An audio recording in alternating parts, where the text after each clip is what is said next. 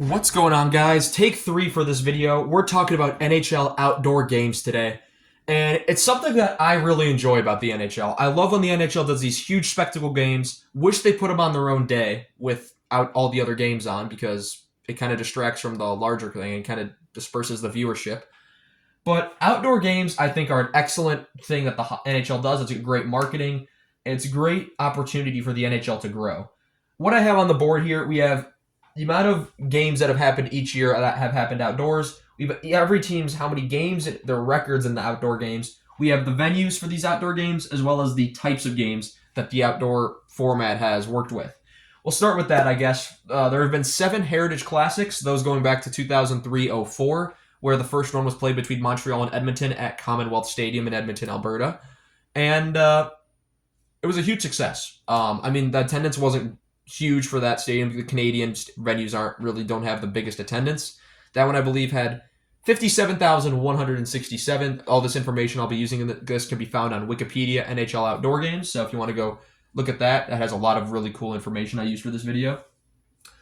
So Heritage Classic has had 7 venues, seven games. Winter Classic has had 16, Stadium Series 16 as well. Other those games, you have the NHL 100 game, Centennial Classic, and the 2 Lake Tahoe games. That brings those to 4. So a total of 43 NHL outdoor games have taken place, and 2 are upcoming, so there'll be 45 by next year, assuming we don't get any more announced for now. We could talk about the host of these stadiums next. The NHL has been kind of everywhere now, and it's going everywhere. Almost every team has had almost every team has had a home game at this point. There are a few that still haven't, but I'm sure in the next 10 years, every single team in the NHL will have had an outdoor home game, just because they're on the rise. Well, starting with Commonwealth Stadium, they've hosted twice. That's located in Edmonton. They hosted the first ever one and the 20th anniversary where they went back there. Ralph Wilson Stadium in Buffalo. Not all these stadiums are located where I'm saying them. I'm saying who the home team or the home teams would be in that situation. Wrigley Field's held it twice, including this year. Chicago, local Chicago, where the Chicago Cubs play. I've been there tons of times for baseball games. Fenway Park in Boston. I've also been there. Not for an outdoor game, though. Twice NHL has gone there. Heinz Field in Pittsburgh is also hosted twice. McMahon Stadium in Calgary. Citizens Bank Park in Philadelphia. Michigan Stadium in Detroit was an important one. Over 100,000 in attendance. To this date, I would say the biggest success for all the NHL in their history. 105,491 in attendance. Toronto beats Detroit 3-2 in a shootout. And it's those college football stadiums that are huge for the NHL when they get their hands on them. We've seen it with Michigan Stadium. We've seen it with this year at Ohio Stadium, the 2 biggest attendances in history, but both came from the 2 biggest college stadiums, really. Cotton Bowl Stadium was in Dallas. The Notre Dame game between Chicago and Boston. Really big spectacles like that because it really gives that college atmosphere, this whole huge crowd. And so Michigan Stadium, would I be surprised if they went back there in the near future as of right now? No, because that was just a huge success for the NHL. Dodger Stadium in LA has hosted one. Yankee Stadium's hosted twice, and those were in the same year. Soldier Field is the most memorable game for me as a Chicago Blackhawks fan. Chicago dominated Pittsburgh that game. They wore their black jerseys. And only game they have ever won outdoors. BC Place in Vancouver, Nationals Park in Washington, Levi Stadium in San Jose, Gillette Stadium in Boston, TCF Bank Stadium in Minnesota, Coors Field in Colorado, Investors Group Field in Winnipeg, Exhibition Stadium Toronto, Busch Stadium St. Louis, Lansdowne Park Ottawa, Citi Field Buffalo, Navy Marine Corps Stadium Washington, Notre Dame Stadium Chicago, although it's in Indiana. That's an example of Chicago as the hosting team, even though it wasn't in Chicago. It's not too far. Mosaic Stadium in Winnipeg, Cotton Bowl Stadium in Dallas, Falcon Stadium in Colorado, Edgewood Tahoe Resort hosted the 2 Lake Tahoe games. Those are in Nevada, but I consider Vegas, even though Vegas wasn't considered a home team, they're closest to Vegas. Where was I? Target Field, Minnesota, Nissan Stadium, Nashville, Tim Hortons Field, Buffalo, as I remember Steve Dangle going absolutely crazy when Buffalo won that game 5-2. Carter Finley Stadium, Carolina, T-Mobile Park, Seattle, MetLife Stadium, ×2 for the New York/New Jersey. they're called the New York Giants and New York Jets, but the MetLife Stadium itself is in New Jersey. Plus, the Rangers are not allowed to have outdoor home games. They, by law or some legal thing, have to have home games only at Madison Square Garden. So whenever they're at outdoor games, they're considered the road team.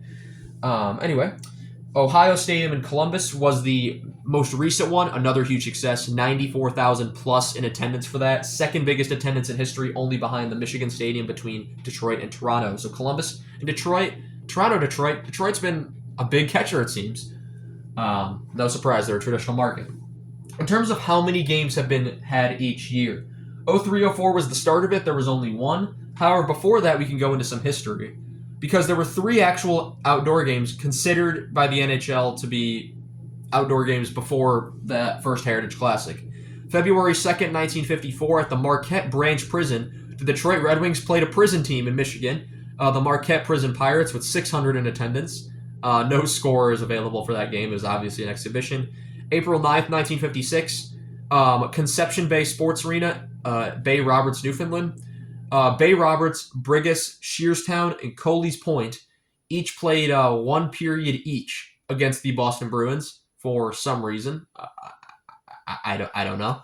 No score nor attendance given. September 27th, 1991 is where the idea really hits. You have Gretzky and you have Messier, the Kings and the Rangers at Caesars Palace in Las Vegas, Nevada. For outdoor hockey was the first proper outdoor hockey game was in Vegas, everyone. It's crazy. It was delayed because of the weather, of course, so they had to play it at night.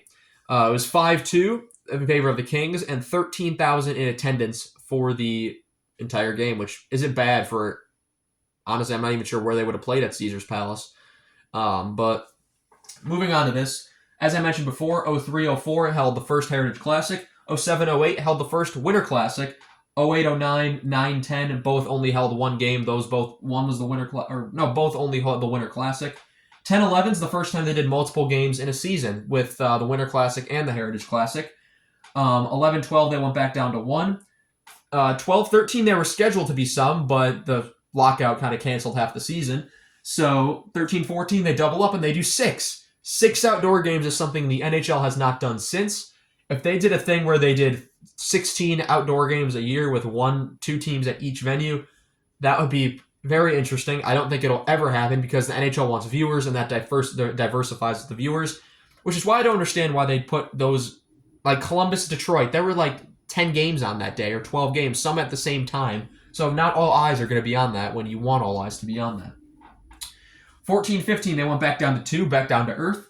15-16, they had 3. 16-17, we've had the highest since that 6 games in 13-14. 4 games in 16-17. 17-18 had 3. 18-19 had 2. 19-20 had 3. 20-21 had 2. 21-22 had 3. 22-23 had 2. 23-24 also had 4, tying the highest, second highest. 24-25 had 2, and 25-26 is going to have 2 next year. Which brings us to the upcoming games. Lone Depot Park, where the Miami Marlins play. The Florida Panthers are taking on the New York Rangers. Outdoor games in Florida, you heard it right. Never would I have imagined this 10 years ago, but here we are now. Raymond James Stadium, Tampa Bay will be hosting the Boston Bruins, so 4 Eastern teams facing off. 2 outdoor games in Florida. I think it's going to be really cool. I don't like the idea of traditionalist and Canadian, specifically more Canadian since they are the traditionalists. It's Canada's sport. Outdoor games should only be played in Canada or Minnesota or northern U.S. These traditional markets don't know hockey. Well, we're trying to grow the game, so we want more hockey. So I'm not sure why that perspective exists. It's a perspective that doesn't make a lot of sense. But, I find that it's like arguing with a wall, so I really don't care. Outdoor games for each team specifically, we'll get into this now. Alphabetically, starting with Anaheim, they've played in 1 outdoor game. They are 1-0. Boston has played in 5. Now they're going to play in their 6th next season, so they're 4-1 right now. Buffalo has played in 3. They're 1-2. Calgary's played in 3. They're 1-2. Carolina's played in 1. They're 1-0. Chicago has played in 7. That's the most. They are 1-6. I love outdoor games. Colorado has played 3. They're 1-2. Columbus has played in 1. They are 1-0. Dallas has played also in 1. They are 1-0. Detroit's played in 5. They're 2-3. Edmonton's played in 3. They're 2-1. Florida has not yet played in an outdoor game. Of course, they'll be playing one next year, so there's an asterisk there. They're 0-0. LA's played in 3, they're 2-1. Minnesota's played in 2, they're 1-1. Montreal's played in 4, they're 2-2. Nashville's played in 2, they're 0-2. So not big fans in Nashville. New Jersey in 2 games, they're 1-1. The Islanders as well are 0-2. That 5-1 comeback against the Rangers is the most memorable outdoor game I can think of. The Rangers coming back against the Islanders, I remember it was 5-1 Islanders. And then the Rangers, they scored 5 straight, win that one in overtime. I believe it was Panarin with the winner, or Zibanejad. It was one of those 2 in overtime. But speaking of the Rangers, in 5 games, 5-0. They love playing outdoors. Ottawa, they also love playing outdoors. They're 2-0 in their 2 appearances. Philadelphia and Pittsburgh, both have played in 6. That's second most, and they're not huge fans. Philadelphia 1-5, Pittsburgh 2-4. San Jose has played in 1, they're 0-1. Seattle's played in 1, they're 1-0. St. Louis, another big fan of outdoor games, they're 3-0. Tampa Bay in their 1 appearance, as they're going to get a second one next year, thus the asterisks, 1-0 in their 1 appearance. Toronto's played in 4, they're 2-2. Utah/Arizona has played in none, and if they ever go back to Arizona, I expect an outdoor game to be played. I don't know how they'll do it, but they'll do it. Utah, they'll get an outdoor game at some point. You can do one in northern Utah for sure, Salt Lake City. They're 0-0 for now. Vancouver in 1 appearance is 0-1, a team I'm surprised has not played in more. Vegas in 2 appearances, they're not big fans. They're 0-2. Washington in 4 games is 3-1, and Winnipeg in 2 games is 1-1. So my question for the comments today, I'm not done with the video yet.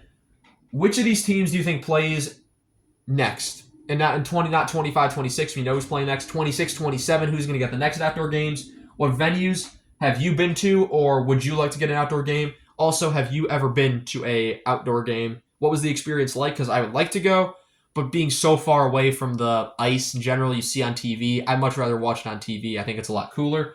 But what do you think of outdoor games? What do you think of the spectacles that they are? And what do you think of the jerseys? That might be my favorite thing about the outdoor games. The unique jersey concepts that really come out of it. You got the Hawks black ones that came out of it. The Smashville Nashville jerseys and the Tampa Bay Bolts ones I thought were both really cool. Carolina's and Washington's a while back.